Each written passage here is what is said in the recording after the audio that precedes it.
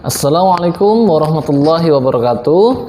Apa kabar Anda semuanya? Semoga sehat selalu ya. Dan alhamdulillah kita bertemu lagi di pelajaran Tsaqofah Fikih di kelas 4. Alhamdulillah kita akan melanjutkan materi kita tentang Tsaqofah Fikih.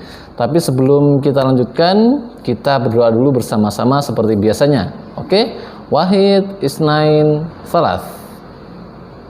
أعوذ بالله من الشيطان الرجيم بسم الله الرحمن الرحيم اللهم انفعنا بما علمتنا وعلمنا ما ينفعنا وزدنا علما نافعا ربي زدنا علما وارزقنا فهما برحمتك يا أرحم الراحمين.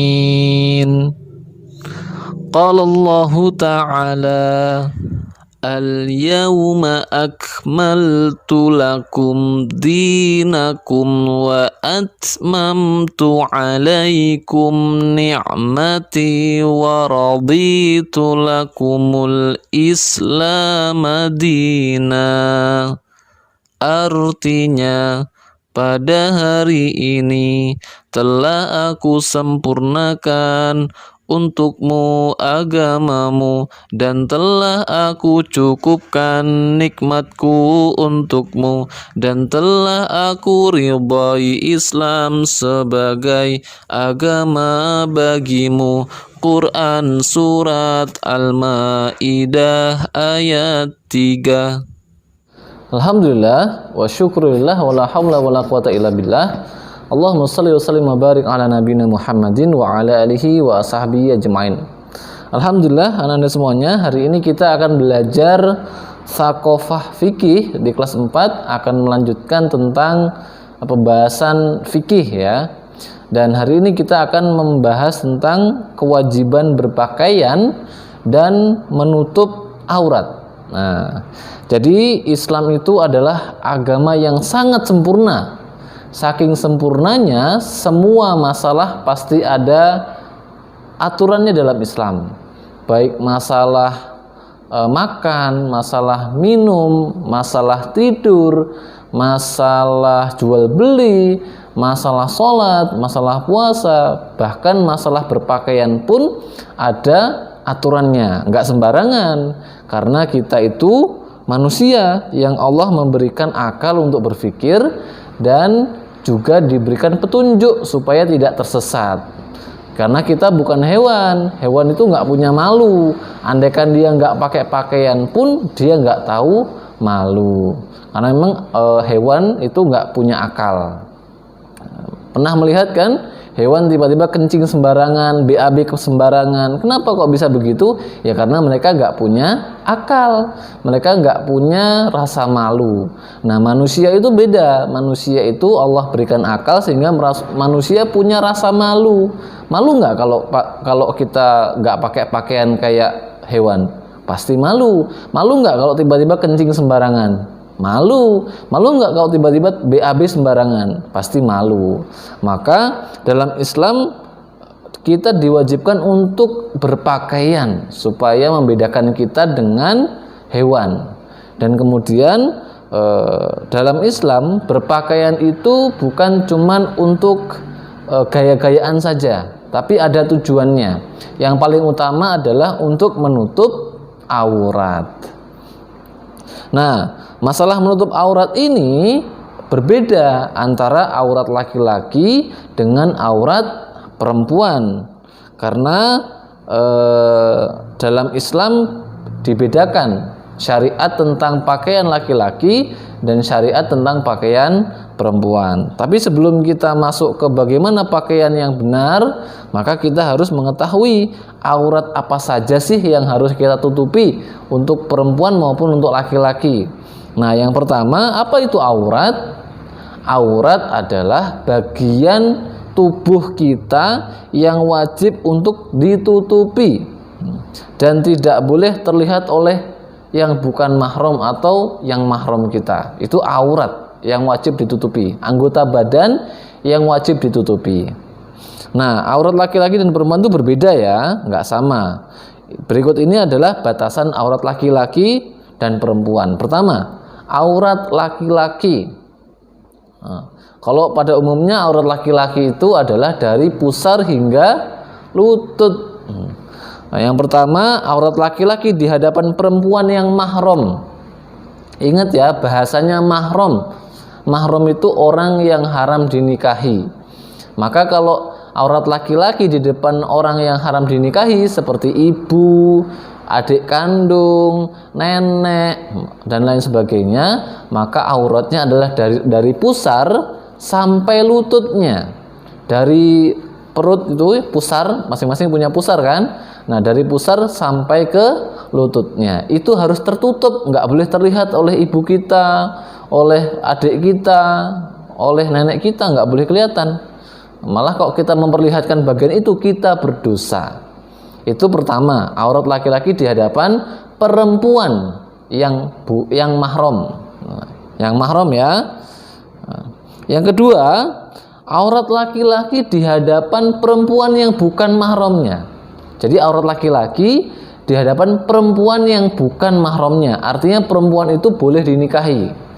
Contohnya seperti siapa? Seperti teman sekolah yang bukan mahram. Kemudian sepupu. Ingat, sepupu itu bukan mahram, maka kita nggak bebas untuk memperlihatkan aurat kita. Dan tetangga, laki-laki bertemu dengan tetangga perempuan yang bukan mahramnya, maka itu juga harus menutup auratnya. Auratnya dari mana? Sama juga, auratnya dari pusar hingga lututnya, tidak boleh terlihat.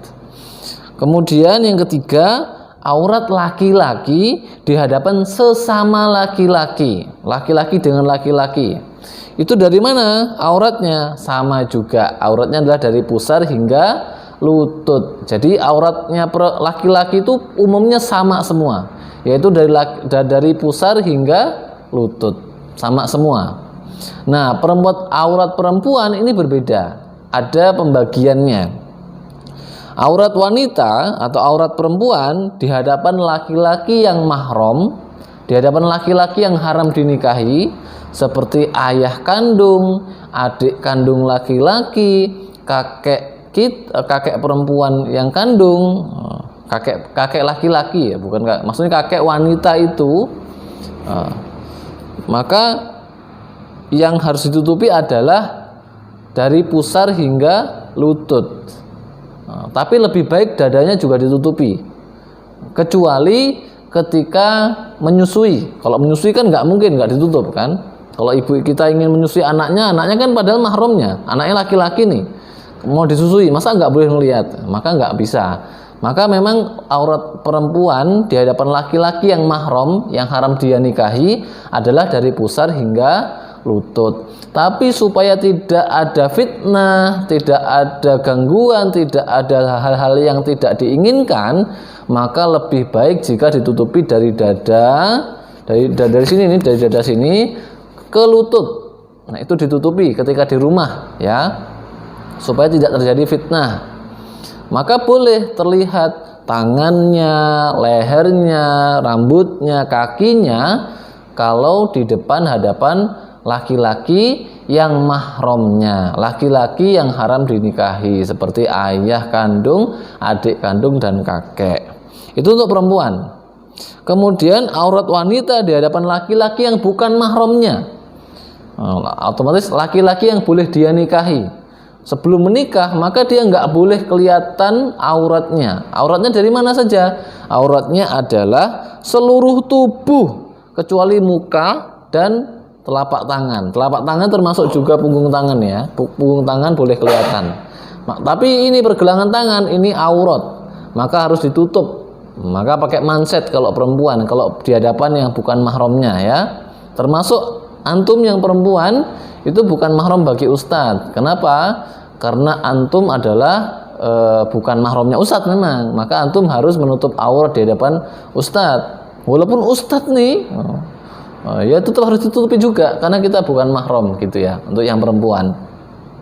Maka kalau antum di sekolah, apalagi sudah balik, maka harus ditutupi. Kalau wudhu hati-hati, jangan belum pakai kaos kaki tiba-tiba keluar kamar mandi kelihatan kakinya itu aurat, maka kakinya juga harus ditutupi. Begitu ya. Ini aurat wanita di hadapan laki-laki yang bukan mahramnya. Nah, yang ketiga, aurat wanita di hadapan sesama wanita. Jadi wanita bertemu wanita, auratnya mana saja? Auratnya adalah dari pusar sampai lutut. Tapi untuk menghindari fitnah, maka lebih bagus ditutup dari dada hingga lutut. Maka boleh kelihatan tangannya, boleh kelihatan kakinya, boleh kelihatan lehernya, boleh kelihatan rambutnya dengan sesama wanita. Nah, itu ya, itu adalah batasan-batasan aurat yang wajib ditutupi ketika bertemu sesama jenis, wanita maupun perempuan, bertemu dengan sesama mahramnya atau yang bukan mahramnya. Nah, kewajiban khusus perempuan dalam memakai pakaian. Jadi kita kan menutup aurat itu dengan pakaian kan. Maka pakaian seperti apa yang harus kita gunakan? Kalau untuk yang perempuan itu Allah pilihkan pakaian yang khusus, nggak boleh sembarangan pakaian. Kalau di hadapan yang bukan mahramnya, maka dia harus menggunakan kerudung yang sampai menutupi dada yang pertama.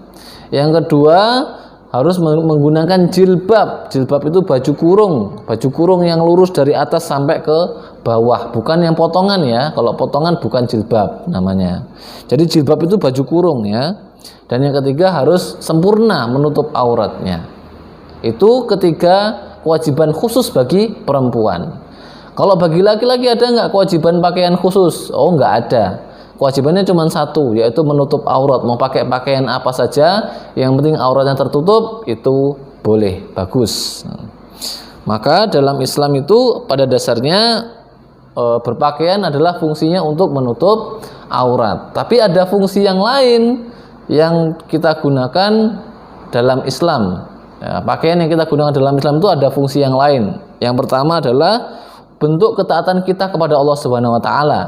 Yang kedua adalah untuk menutup aurat. Yang ketiga untuk perhiasan, memperindah penampilan. Yang keempat supaya tidak diganggu oleh orang lain. Coba kalau kita buka aurat, digangguin tuh, dilemparin kayak orang. Kalau orang gila kan ya wajar. Ini orang waras tapi dia membuka auratnya malah diganggu. Perempuan diganggu laki-laki dan seterusnya. Yang kelima untuk menutup aib. Kalau ada sesuatu yang buruk, misalkan ada tompel di sini, tutupin. Nah, nggak apa-apa, bagus. Itu untuk menutup aib. Atau ada bekas panu, nah itu ditutupin, bagus, nggak apa-apa. Salah satunya untuk itu ya, pakaian itu. Yang terakhir adalah untuk menyelisihi orang kafir. Jadi ini perlu digarisbawahi, kita berpakaian itu tidak boleh meniru-niru orang kafir. Kalau orang kafir pakai salib, kalung salib, kita nggak boleh pakai kalung salib. Kalau kemudian orang-orang kafir pakai pakaian yang khas pendeta, kita nggak boleh pakai itu. Kita pakai koko saja, kita pakai kemeja. Nah, boleh. Yang jelas kita tidak boleh menyerupai pakaian khusus untuk orang kafir. Wallahu a'lam bishawab. Sampai di sini ya pertemuan kita tentang fikih berpakaian dan menutup aurat. Semoga bisa difahami. Wallahu a'lam bishawab. Kita tutup sama-sama dengan membaca lafaz hamdalah dan doa penutup majelis. Alhamdulillahirabbil alamin. Subhanakallahumma bihamdika asyhadu an la ilaha illa anta astaghfiruka wa atubu ilaik. Kurang lebih mohon maaf. Assalamualaikum warahmatullahi wabarakatuh. Bye bye.